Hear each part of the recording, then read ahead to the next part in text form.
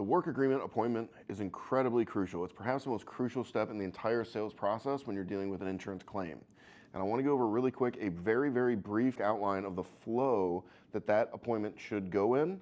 I've done thousands, possibly tens of thousands of these. And so I've developed a lot of understanding of what works and what doesn't work. I've watched other reps shadowing them, and I've seen what they do that struggles and causes objections and red flags or concerns.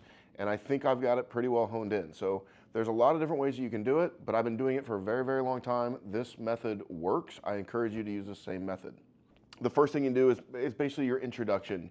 You're going to do a couple things and talk and chat with the people, that's fine. And then we're gonna sit down at the table and really start getting into it. The second stage is setting the stage. You need to let them know what to expect. The third stage is what I call the left side. When we have a WA folder, it's all the information that's on the left side of that folder. Those things are usually all of the brochures of the shingles and the underlayment and the ice and water guard and all the material stuff. Then we're gonna go into the photos.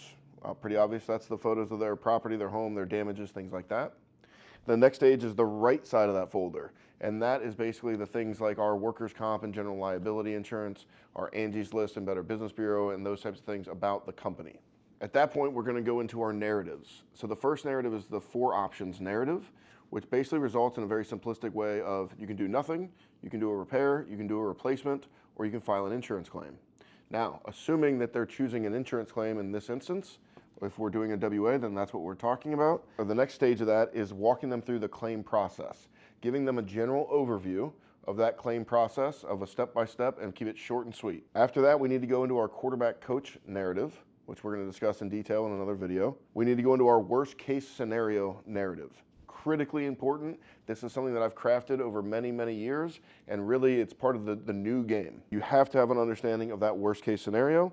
And then finally, the last stage is reviewing the actual work agreement document, making sure that they're comfortable with it and they have an understanding of it.